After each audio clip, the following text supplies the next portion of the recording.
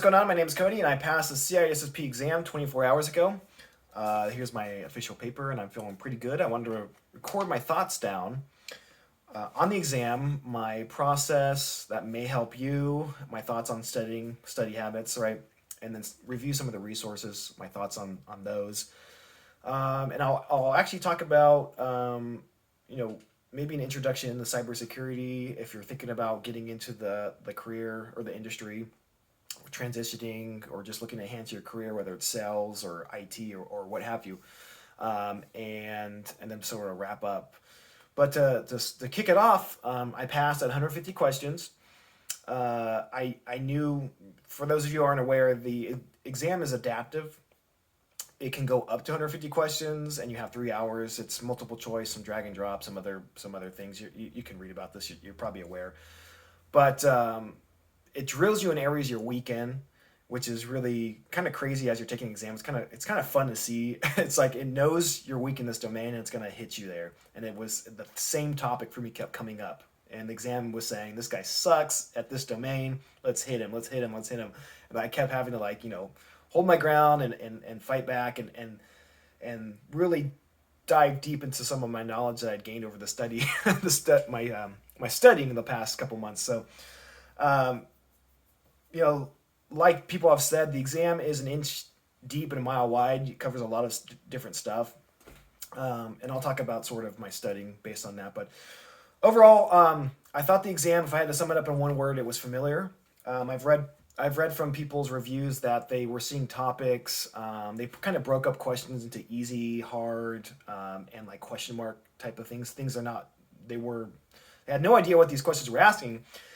But I went through all 150 questions, and there were maybe like 3 questions where I thought, what is this? I don't know really what it's asking, but at least all the answers, from the list of answers, I could kind of pick out what it was asking, and the answers were familiar. So I never went through the exam really thinking, what is this? I've never seen this in my studying. And that may be attributed to various resources I use to study, which I'll talk about.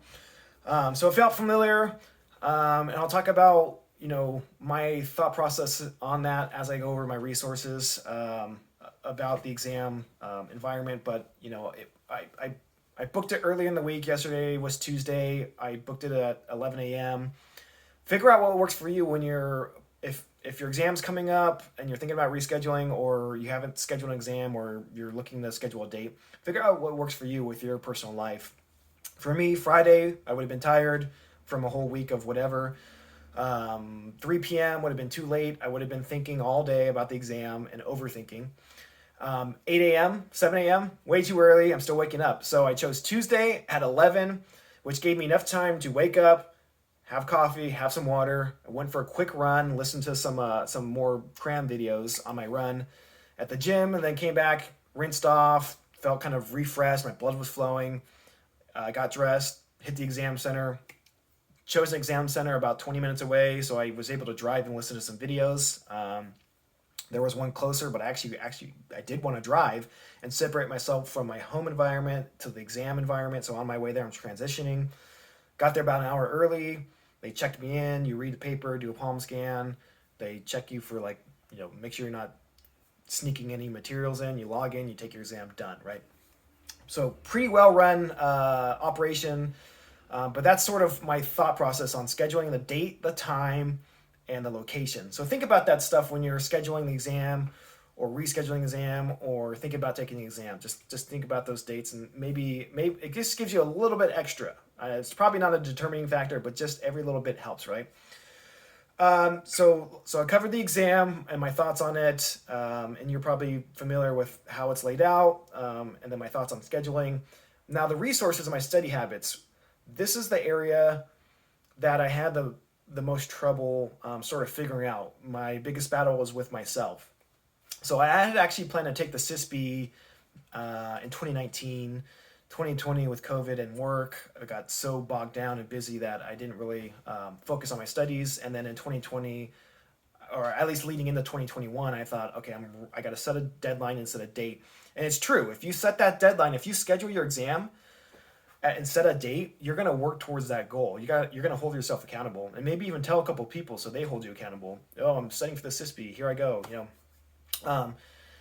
And so I set that exam date and finally started making progress towards that. And along the way, had some milestones I think helped, which may help you. So if you're 2 years out or 2 months out or 2 weeks out, maybe this will help you. This is what worked well for me. These 3 books I purchased early on. You can see, look at how big these things are. I could not get through these resources. I was just staring at them, not absorbing anything. Found out the hard way over like that period of a year or so, or maybe less than that, whatever, give or take some months, that I can't just stare at books and absorb material. Never worked for me over my life, and it's been so long since I studied. I totally forgot what really works for me. So figure out your study habits early on. Figure out how you're going to absorb the material. What keeps you engaged? So what kept me engaged was this and this. Pen and paper is what really worked well for me, and a live or pre-recorded instructor, right? So these did help at some point. I'll cover that in a sec.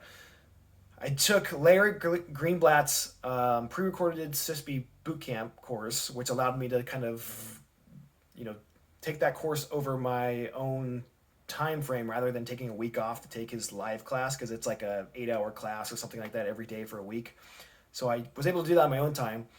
And then on Cybrary, took Kelly Handerhan's class and took notes on that throughout the whole time.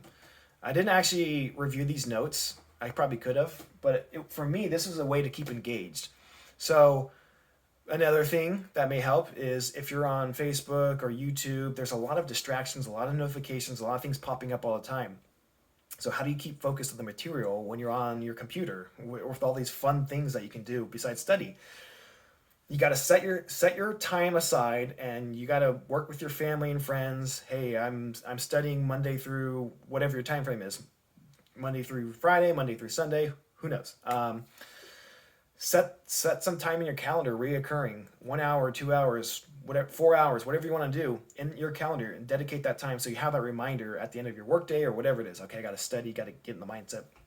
I got over-the-ear headphones, so I have a small living area, and I wanted to block out excess noise, so I had over-the-ear headphones. I'm taking notes, and I'm focused because I'm taking notes on paper. If I'm sitting back just watching the videos, I'm not going to absorb the material because I can just kind of look around and do other stuff. So I'm writing notes, and I slowed down the videos, which is really nice. Like I said, I didn't take any live courses. I took pre-recorded courses, and it worked well for me because I was able to, for example, if a pre-recorded video was 2 hours long, I was able to slow down the material to my pace and go, okay, tonight I'm going to just watch 1 hour and pause and take notes and pause and take notes, play the video, pause. That really worked well for me. I was pen and paper, pre-recorded videos, slow down the material. And throughout my course of studying, I started high, at a very high level of covering all the domains. And I think this helped give me a familiar approach to the material. So like the 11th hour covers all the domains really quickly, really well defined. It just there's no fluff. These books, look how thick these books are. Look how thick this book is compared to this one. Right? This thing is like a 1/100th the size. I don't know. I'm just throwing out a number, but look at the difference in the size of these books compared to this one. So this gets right into the material. There's no extra stuff, which was good. So I skimmed through this first so that I was familiar with each domain and kind of what each thing was about. So it gave me a good overview of the CISSP exam. And then I took the videos, which did a deeper dive, and areas that I was still kind of weak in, that I wasn't absorbing. I watched other specific YouTube videos. You can search anything you want. You can't figure out the waterfall method for SDLC. You're still having trouble with RPO and RTO and BCP plans and the BIA process. You can search anything on YouTube and just kind of focus on like there's people that have 2-minute, 5-minute, hour-long videos on those specific topics. So that's one little recommendation as you're just use different sources. YouTube, there's LinkedIn learning videos, obviously the study guides, smaller books, more in-depth books. Use different sources that work well for you. So in the end of my studying, everything actually came into play. I say I didn't like these books, but I did actually do deep dives in these over time. If I had to probably get 3 resources or 5 resources, I would say the 11th Hour is hands down my favorite. I think this is a perfect like representation of the CISSP exam. It just covers everything, inch deep, mile wide, right? This book, Luke Ahmed, How to Think Like a Manager, is a great resource. It's 25 questions, big pictures, big words, very fluffy questions. So it's asking a lot of stuff in the question with a lot of material, and you have to break down what's the question asking and what's the right answer. And then he goes into what the correct answer is, and then also explains what the wrong answers are and why they're wrong. Even though they may look correct, he explains why they're not correct for the question. Really great resources. This is one that's like pretty thin as well. You can kind of, I guess he designed the book to kind of roll up, throw in your backpack on the go. Really great to just take. I actually took with me on a vacation and just kind of flipped through a couple times. Good resource. One resource that I will, actually before I get into that, so we have 11th Hour, How to Think Like a Manager. I'm going to put Kelly Handerhan's CISSP course on there because I love how entertaining she was with the material. I also took Larry Greenblatt's courses, also very entertaining. I love that they use real world examples in their studying. And that helped me tie it into the greater purpose or whatever of the exam, which is, I think, very helpful to tie everything together. And then there is a cloud and security YouTube channel that they have a cram session of all the domains, which I really well explained and thought out and very clear, high crisp audio. I think it just came out in 2021. Would recommend watching those videos kind of towards the last 2 weeks. And then I guess if I had to pick one more resource, I've got 1, I've got 2, I've got Kelly's video for 3, I've got, right here. This is the Sunflower Study Guide. You don't have to print it out. It's like 26 pages long, but I did. I actually took this with me. I'm walking around town, going for a walk, and I'm flipping through this. But it helped sort of hit it's just a bunch of definitions, right? So the Sunflower Guide would recommend like within your last 2 weeks. Real quick before I go on to some thoughts on CISSP and maybe like a career transition for you or recommendations or whatever.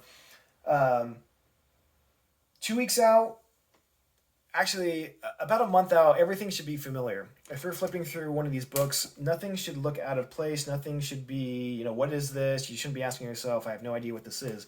I think about a month out, you don't have to be an expert in SDLC. You don't have to be an expert in pen testing or whatever the topic is. But you should be familiar with the concept.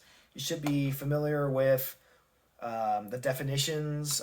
You may not know it word for word, but at least you're like, okay, you can differentiate between RPO and RTO, right? Versus something else.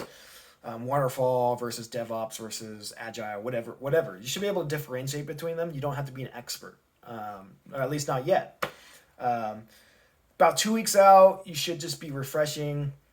I think 1 month out and 2 weeks out, you're finishing up hammering down those weak areas. So I was weak in 2 domains, and the last month and last 2 weeks I really focused on those areas. Funny enough, the exam still knew I was weak in those areas, but at least I had focused in on my weak areas and rounded those out. I was strong in some domains. Towards the end, I focused on a couple domains. And then the night before, the day of, I watched the videos. I think I mentioned that. Night before, I just skimmed through the Sunflower, and that was it. You're not going to learn anything last week. It's all review at that point, all right? You're not going to absorb it. Just do a quick overview. Maybe you'll pick up one or 2 more things, and that's it. Take your exam and go with it. So that worked really well for me. I'm not rating any of these resources. I have my personal opinions, but I thought they all played a role. I think they all helped. Combination of videos, audio. I forgot to mention a mobile app called Pocket Prep, although I think it's under a new name as of today or as of this year or whatever it is. But there's a mobile app around that that is good for quizzing on the go. So if you're taking a walk or if you're out and about, you can just open up your phone and pop in some stuff. With Larry's pre-recorded videos, you can download the audio to your phone, listen to that, listen to YouTube videos in the car. Just hit yourself constantly from different angles, from different sources. Flashcards, very helpful for learning like the different types of fire extinguishers, right? There's a bunch of different types, so it helped me drill down that some of those things you just got to memorize, right? So flashcards, classic, can't beat those. Sometimes just writing them down gets you to memorize them, which is pretty funny. So that's my thoughts. All these helped. The main thing on these is figure out what works for you. If it's books, if it's videos, if it's audio, figure out what works for you, and then use that material to your advantage. One last thing, I'm going to transition now into the exam, maybe and about being a CISSP, cybersecurity in general. Maybe answer some questions if you're wondering. Drop a comment below, whether this is on YouTube or my personal Facebook. Happy to answer some questions. This is the Security Plus exam certification. When I was going into CISSP, I was a bit nervous because I hadn't taken a test in 10 years. So I took this, for one, to get me familiar with an exam environment, and I think I played a bit of a role. But two, I should have had it. I've been in InfoSec for like 5 years. I should have had the Security Plus. If you're in IT now, or if you're in IT transitioning to security, you want to make the transition. If you're in a different industry, you want to make the transition in. If you're in security already, like I was, and don't have it, I would recommend it. If you have the CISSP, if you have CISA, CISM, you might weigh the pros and cons. You might not need to get the Security Plus, but if you have it, keep it. If you don't have it and you have other certifications, think about that. If you don't have other certifications, why not? The exam is half the price of the CISSP. It's a good introduction into cybersecurity, and there's a bit of material. I'm not going to say a lot. There is material overlap. As you're studying for the Security Plus, some of the things you learn in that will apply to the CISSP exam. So if you're thinking about getting into cybersecurity, this is one first step you can take. It covers a lot of different topics on all sorts of stuff within the security realm, from basics to business continuity planning, disaster recovery, different types of malware, all sorts of stuff. It's a little bit more technical than the CISSP. Good introduction though, and a good sort of gets your foot in the door to the security world.